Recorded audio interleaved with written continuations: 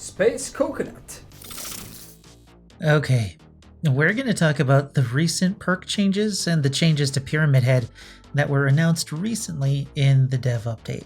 I don't really have a plan for this, so as I write, I'm just going to read the notes and give my immediate thoughts on them.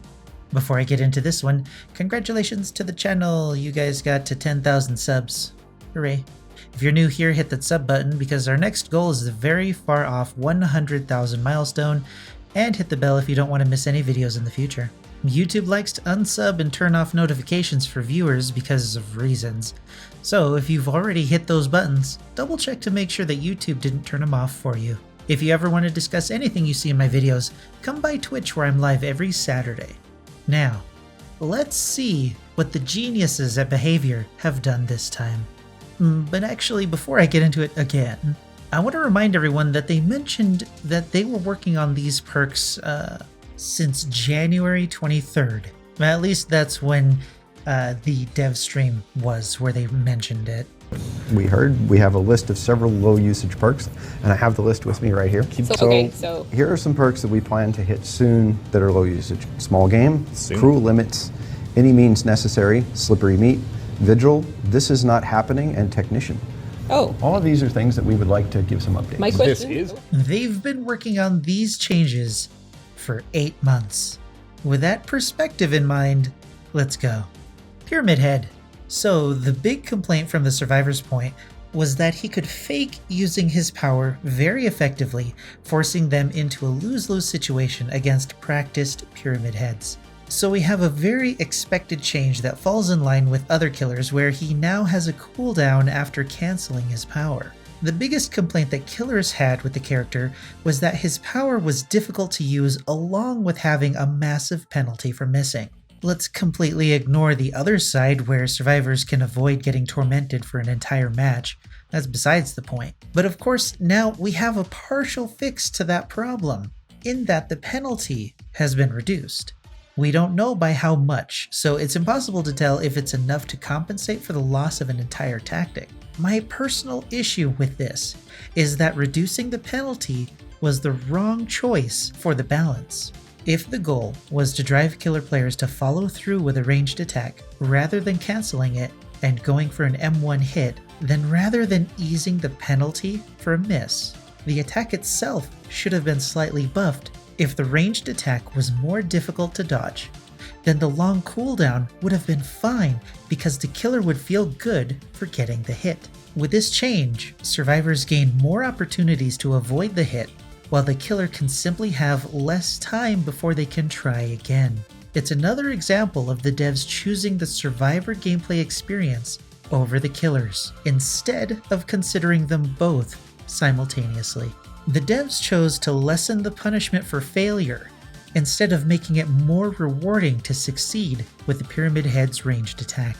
The feeling this creates is not a positive one and is the wrong choice to compensate for the new cooldown he has. However, we have no idea how long the power cooldown is now, so we'll have to test it and see. Trail of Torment. This change sounds pretty good until you remember that Trail of Torment has a 60-second cooldown, in addition to telling the survivors which gen to touch by highlighting it in a yellow aura to all survivors. So, in addition to holding survivors' hands by telling them what direction to watch that the killer is going to be coming from, they can actively turn off the buff by touching the gen that just turned on.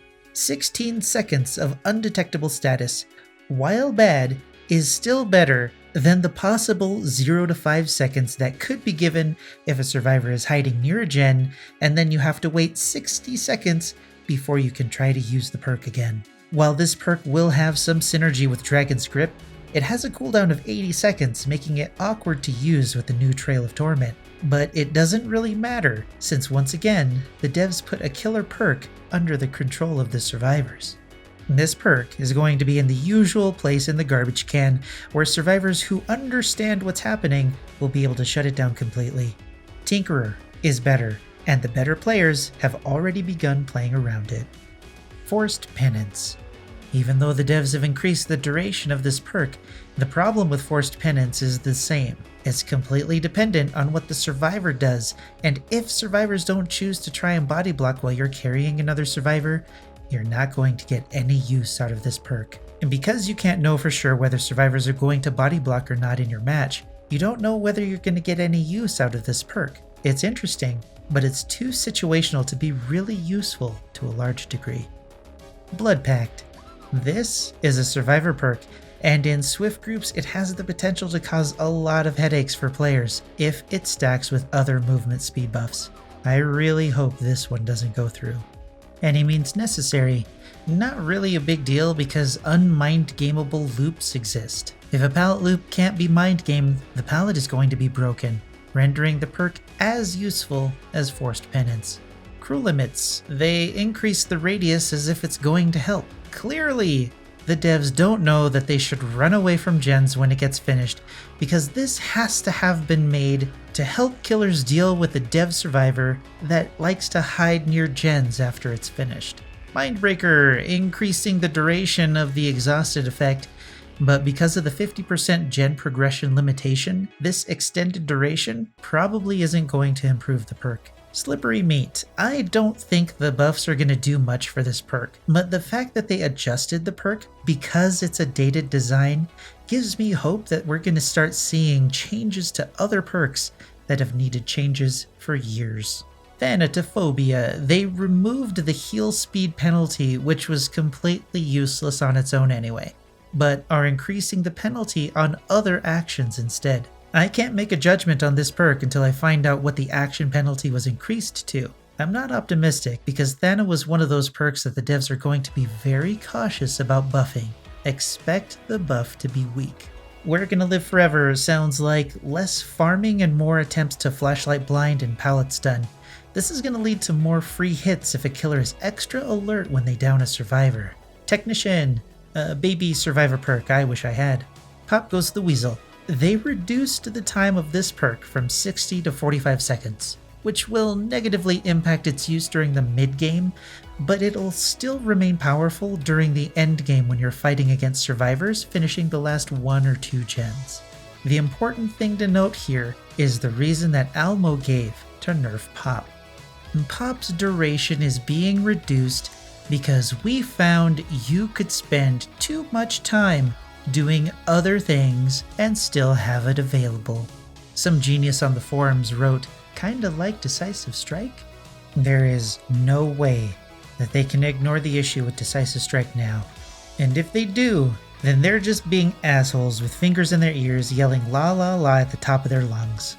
That's really it for the important stuff in the developer update. The Perk Rarity thing just means that all perks are going to be in alphabetical order within their tier, and then the graphic update for Macmillan Estate. Yay. The PTB hits this Tuesday, so we'll see how all of this turns out. I'm very optimistic that it's going to be a disaster. Until then, I'll see you in the fog.